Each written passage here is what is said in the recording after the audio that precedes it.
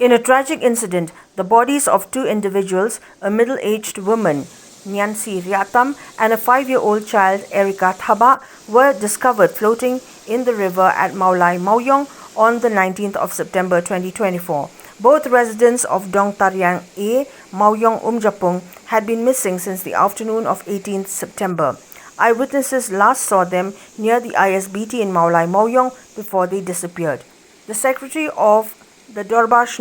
Tariang A, Mawiong Umjapung, informed reporters that Niancy Riahtam, an unmarried local resident, had taken her 5-year-old neighbor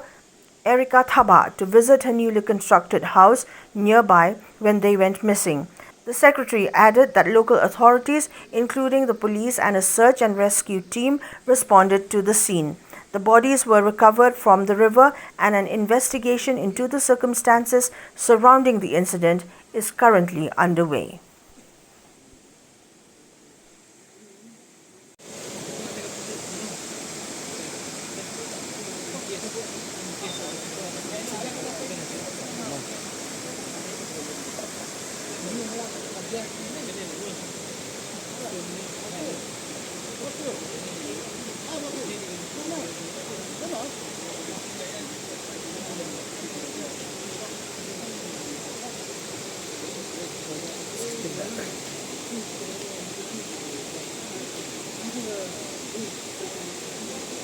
Pagi-pagi kita song jengi,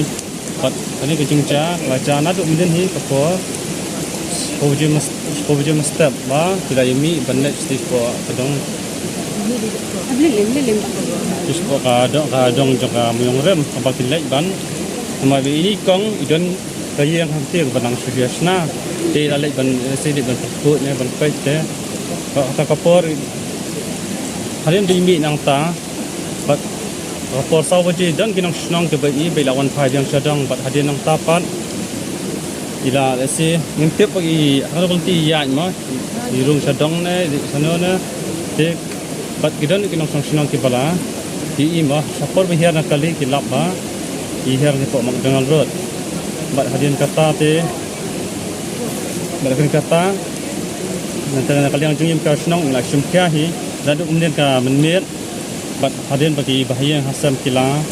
pentep ba ikamon pasu seyeng terengkap di pelong ma dan negara yang jungiru nak senang ila pentep du sirang ba senang bat kantam ya kapus department ro kale kebadan kam debat ni hadir ke tekor power men ngilaya wat satu siapa lumpelong dong lumpelon juga senang Mawiong rem akapana kaliang jadi kena senang dong kembing ya lek penyawat aduk kapot untuk live gym step bat hadir kata apa wilayah ada kata wilayah raiba ini persangnya no pengisawan pe yang tam step jadi kejengilap jengini kedai hal jengtip jengki kena kibawan sum seni kalau pentep ini menang untuk apa asteng janmir pada halot kata jengcang wilayah wan seni dekat bagi bahayang basam bagi nak senang mah disalap kami kajar ni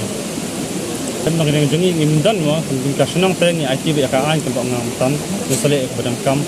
kong ide ba teri di pot di Punjab bang bagi dasar besar marjan ni kulong sabai i dairu ba bom sangkorem bilang marwai tu i ki kulong usai ilam kai ngarong asaki kata ngarong asalang hadang mengemuk si belai saja usai ilam kai kulong kena sini hi bilang